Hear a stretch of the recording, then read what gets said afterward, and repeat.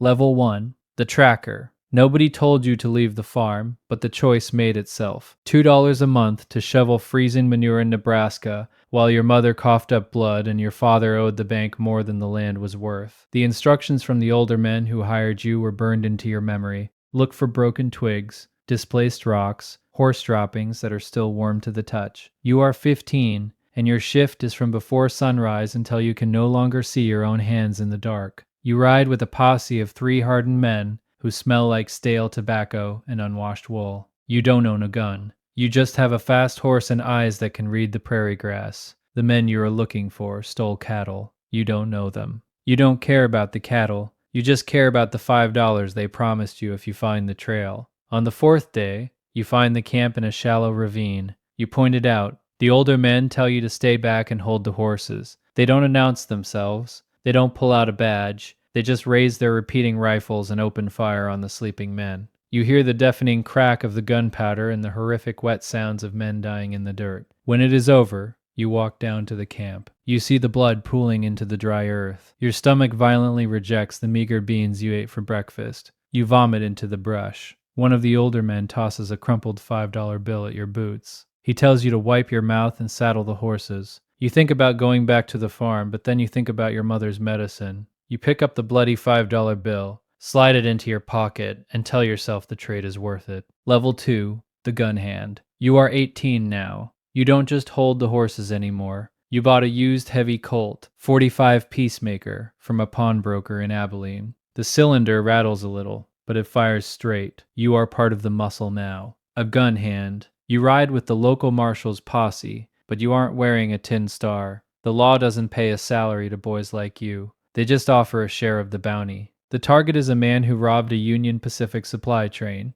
The reward is $100. Divided among 5 men, your cut is $20. That is 3 months of farm wages for a single afternoon of work. You corner the outlaw in a narrow box canyon outside of Dodge City. The marshal yells for him to throw out his weapons. The outlaw panics. He breaks from cover, scrambling up the rocky incline, trying to reach his horse. Take him, the marshal says. You raise the Colt. You don't feel the panic you felt when you were 15. Your heart is eerily calm. You cock the hammer, align the iron sights with the center of the man's back, and pull the trigger. The heavy lead slug shatters his spine. He tumbles down the rocks like a broken rag doll. The posse rides up to the body. They don't look at the dead man. They look at you. They nod. You just crossed an invisible, permanent line. You aren't just a boy tracking hoof prints in the mud anymore. You are a killer. You collect your $20. You buy a new pair of leather boots and a warm wool coat. You send $10 back to your mother. You write a letter telling her you found a job working as a security guard for the railroad. She probably knows it's a lie, but the money keeps the bank away from the farm. The numbness sets in completely. In this world, being good at violence means you get to survive. Level 3, the lone wolf. You are 22. You realize that riding with a posse means splitting the money, and you are tired of sharing. You work entirely alone now. Your life is a cycle of dusty sheriff's offices, cheap whiskey, and faded paper. You walk into a town, go straight to the bounty board, and study the faces. Wanted dead or alive, $200. You quickly learn the harsh mathematics of the frontier. Alive means you have to handcuff a desperate man, feed him, watch him while you sleep, and risk him slitting your throat in the dark. Dead means you just throw him over the saddle of a pack horse and endure the smell of decay for 3 days in the desert sun. You almost always choose dead. You track a stagecoach robber across the blistering heat of the New Mexico territory. You find him drinking from a muddy creek. You don't give a grand speech. You don't tell him to put his hands up. That is for the dime novels. You just rest your Winchester rifle on a rock, steady your breathing, and shoot him through the chest from 70 yards away. You tie his stiffening body across his horse and lead him back into town. When you ride down the main street, the townspeople stop and stare. The blacksmith stops hammering. The women pull their children inside the general store. They look at you with a mixture of absolute awe and sheer terror. You walk into the sheriff's office, drop the bloody body on the wooden floorboards, and demand your $200. The sheriff pays you from a lockbox, his hands shaking slightly. You walk to the saloon and order the best whiskey they have. You have money in your pockets, but as you look around the crowded room, you realize nobody will sit at your table. You are a necessary evil. They pay you to do the dark, bloody work that civilized society pretends doesn't exist, but they hate you for doing it. You are entirely alone. Level 4, the agency detective. You are 26 and you are done sleeping in the dirt. A man in a pristine tailored suit approaches you in a saloon in Denver. He doesn't offer you a wanted poster. He offers you a contract. He works for the Pinkerton National Detective Agency. They know your reputation. They know you don't miss, and they know you don't ask questions. They offer you $150 a month, a massive, reliable salary, plus expenses. You take the job, and your entire world shifts. You are no longer a lone bounty hunter in a dusty duster. You are a corporate enforcer. You wear a three-piece suit. You carry a custom-engraved revolver hidden under a tailored coat. You take the train across the country instead of riding a horse. But the targets change. You aren't hunting common horse thieves or murderers anymore. You are the private army for the billionaires of the Gilded Age. The railroad tycoons and the coal mine owners pay the agency to protect their profits. You are sent to a mining town in Colorado where the workers have gone on strike, demanding fair wages and safe conditions. Your orders are not to arrest criminals. Your orders are to break the strike. You and 20 other agency men arrive in the middle of the night. You don't have arrest warrants. You use dynamite to blow up the printing press of the local pro-worker newspaper. When the striking miners march toward the company headquarters the next morning, you are standing on the roof behind a mounted Gatling gun. You are told to fire warning shots, but when the crowd doesn't disperse, the commander orders you to lower the barrel. You pull the crank. The machine gun tears through the crowd of unarmed men. Dozens fall in the street. You are making more money than you ever dreamed possible. You sleep in luxury hotels with silk sheets, but you realize that the romantic idea of frontier justice is a complete myth. There is no justice. There is only capital. And you are just a highly paid mercenary protecting the wealth of men who would not even shake your hand. Level 5, the range enforcer. You are 32. You realize the agency takes too much of a cut from the tycoons, so you cut out the middleman. You become an independent range detective for the massive cattle barons of Wyoming. These barons own hundreds of thousands of acres. They control the state legislature. But small homesteaders and independent farmers are moving in, putting up barbed wire, and claiming the water rights. The barons don't want to deal with courts or laws. They hire you. They give you a death list. It contains the names of 70 small-time ranchers. They label them all as rustlers to justify the violence. You are paid $500 a month, plus a $50 bonus for every man on the list you permanently remove. You operate completely above the law. The local sheriff is on the baron's payroll. The judges are bought. When you ride up to a small homesteader's cabin in the dead of winter, you don't knock. You kick the door in. You drag a man out of his bed while his wife screams and his children cry. You don't take him to a jail cell. You drag him to the nearest cottonwood tree, throw a rope over a thick branch, and hang him without a trial, without a jury, and without a shred of mercy. You pin a sign to his chest that reads "Cattle Thief," so the newspapers have a story to print. You have $10,000 sitting in a bank account in Cheyenne. You own property. You are wealthy. But the psychological rot has set in completely. You drink a bottle of rye whiskey every single night just to force yourself to sleep. You sleep with a loaded shotgun resting directly across your chest, because you know that the sons and brothers of the men you have lynched are growing older, and they know exactly who you are. The violence you unleashed has created 100 enemies, and any shadow in the night could be your executioner. Level 6, the Superintendent of Operations.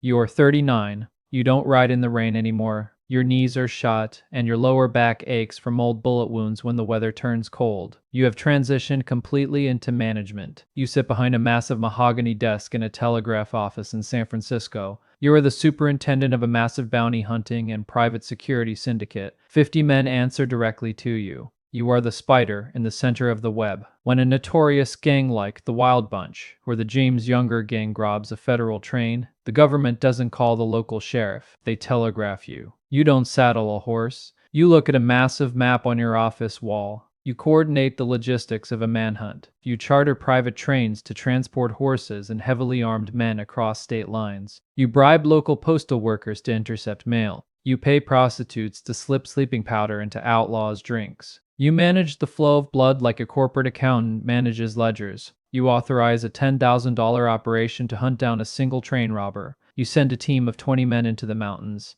When they finally corner the outlaw in a wooden cabin, you telegraph the order. Do not risk our men. Burn it down. You sit in your warm office, smoking an expensive Cuban cigar, while 200 miles away, a man burns to death in a trapped cabin based purely on your written word. You have become the system. The local governors invite you to lavish dinners. The senators ask for your advice on law enforcement, but you are acutely aware that you are just a white-collar killer. You have insulated yourself from the gore, but your hands are stained deeper than ever. Level 7, the dime novel myth. You are 46 years old. You are no longer just a man, you are an industry. A writer from New York traveled out west, interviewed you for an hour, and wrote a series of incredibly popular dime novels about your life. The books are sold in train stations from Boston to Chicago. They paint you as a mythic hero, the fastest gun in the West, the relentless avenger, the angel of the plains. The books claim you stood in the center of the street at high noon and outdrew notorious killers in fair fights.